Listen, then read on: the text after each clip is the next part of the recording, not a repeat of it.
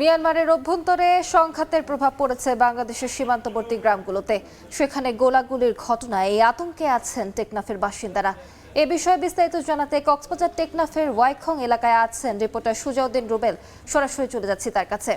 রুবেল,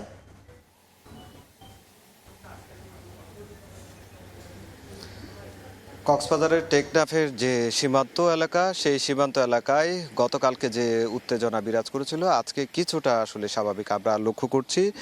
সীমান্তে নাপ নদী থেকে শুরু করে হোয়াইকং পর্যন্ত যে সীমান্ত রয়েছে সেই সীমান্তে মানে আতঙ্ক ভর করেছে। এখানে অনেকটাই শুনশান নীরবতা। পুরো নাপ নদী জুড়ে যেখানে জেলেরা ঠিক মধ্যে মাছ শিকার করতেন নাপ নদীর, কিন্তু এখন দেখা যাচ্ছে একদম বাংলাদেশ অভ্যন্তরের কাছাকাছি এলাকায় কয়েকজন মাত্র মাছ শিকার করছে। বাকিরা সবাই যেহেতু আতঙ্ক বিরাজ করছে সেক্ষেত্রে মাছ শিকার করছে না। অপরদিকে আমরা লক্ষ্য করেছি বিজিবির যে অবস্থান, একদিকে বেড়িবাঁধ থেকে শুরু করে যে নাপ নদী রয়েছে, নাপ নদীতেও তারা টহল দিয়ে যাচ্ছে। যেভাবে আসলে পরিস্থিতি গতকালকে অনেকটাই উত্তেজনা বিরাজ করছিল, আজকে পরিস্থিতি অনেকটাই স্বাভাবিক। সীমান্তে শুনশান নীরবতা।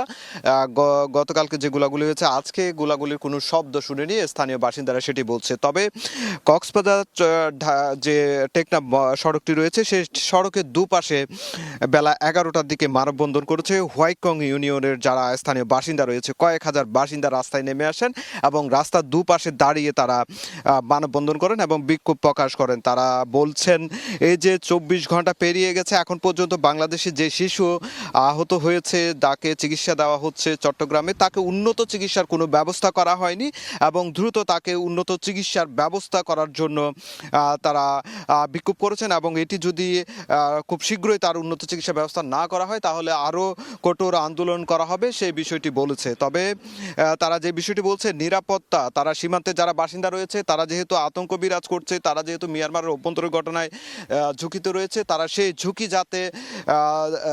ঝুঁকি যাতে সীমান্ত সুরক্ষিত করা হয় এবং নিরাপদে তারা জীবনযাপন করতে পারে, জীবিকার নিশ্চয়তার দাবিতে তারা এই আন্দোলন করেছে।